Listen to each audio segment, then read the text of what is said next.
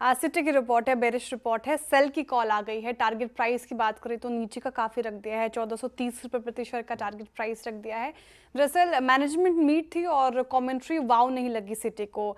Management कह रही कि मैक्रो इन्वायरमेंट अनसर्टेनिटी तो बनी ही हुई है, साथ ही डिस्क्रिशनरी खर्चों में कटौती की वजह से रेवेन्यू पर असर पड़ा है। खासकर आप देखें तो ऑटो और हाईटेक वर्टिकल पे इसका असर ज़्यादा पड़ता हुआ नजर आ रहा है। अब मैनेजमेंट फाइनेंशियल 27 तक 15% एबिटा मार्जिन टारगेट पर फोकस कर रही है। वैल्यूएशन के लिहाज से भी देखें तो फाइनेंशियल ईयर 26-27 के ईपीएस के आधार पर वैल्यूएशन बहुत ही ऊंचे हैं, यानी इसका मतलब हुआ कि बहुत कुछ ऑलरेडी प्राइस में पहले से ही शामिल है, तो यहाँ से कुछ और अपसाइड पोटेंशियल नजर नहीं आ रहा है, इसलिए बिकवाली की राय सिटी की तरफ से। मामला है कोटक इंस्टीट्यूशनल इक्विटीज की रिपोर्ट है, इस पे वो कह रहे हैं कि एचडीएफसी लाइफ आप खरीद सकते हैं। टारगेट प्राइस भी अच्छा खासा बढ़ा दिया है, 950 रुपये प्रति शेयर का टारगेट प्राइस, यानी कि जिस लेवल पे लास्ट रनिंग प्राइस अगर आप देखें वहां से 20% का अपसाइड पोटेंशियल नजर आ रहा है। क्या अच्छा लग रहा है फर्म को? तो उनका मानना है कि एचडीएफसी लाइफ की जो ग्रोथ स्टोरी है वो काफी मजबूत है। स्पेशली अगर बात करें आप प्रोडक्ट्स और डिस्ट्रीब्यूशन चैनल्स में एक बैलेंस बना हुआ है जो इसको पसंदीदा स्टॉक बनाता है। इसके अलावा कंपनी नई बिजनेस लाइन में भी निवेश कर रही है, जो कि लॉन्ग टर्म के लिहाज से काफी अच्छा है। हालांकि आप शॉर्ट टर्म में देखें तो मार्जिन पर थोड़ा इसकी वजह से असर पड़ सकता है। एजेंसी चैनल की हिस्सेदारी भी धीरे धीरे वहां पे भी सुधार देखने को मिल रहा है, जो कि एक अलग पॉजिटिव ट्रिगर है।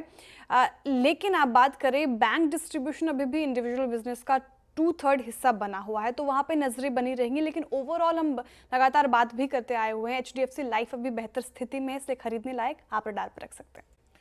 इस पे भी कोटक इंस्टीट्यूशनल इक्विटीज की रिपोर्ट है मेटल सेक्टर पर। वो कह रहे हैं कि डोमेस्टिक फ्लैट स्टील की कीमतें जो मई 2025 में पीक पर थी वहां से अब वो 4% नीचे आ गया है, लेकिन अभी भी इंपोर्ट की तुलना में प्रीमियम पर ही कारोबार करता हुआ नजर आएगा। ग्लोबल मांग कमजोर है, भारत में भी मौसमी कमजोरी हमें देखने को मिल रही है, जिसके वजह से कीमत पर थोड़ा असर पड़ सकता है।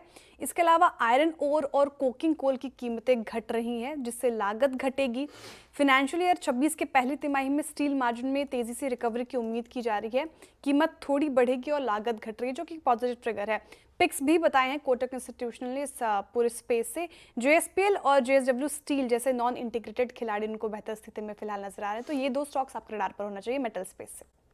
इंटरग्लोब एविएशन शानदार रिटर्न इसने को पिछले कुछ महीनों में कमा कर दिए हैं अपने निवेशकों को। बीएनके सिक्योरिटीज की रिपोर्ट है, बाय की कॉल इनिशिएट, टारगेट प्राइस भी अच्छा खासा बढ़ा दिया है, 7256 का टारगेट प्राइस, यानी कि लास्ट ट्रेडिंग प्राइस से अगर आप देखें तो 28% का अपसाइड पोटेंशियल नजर आ रहा है।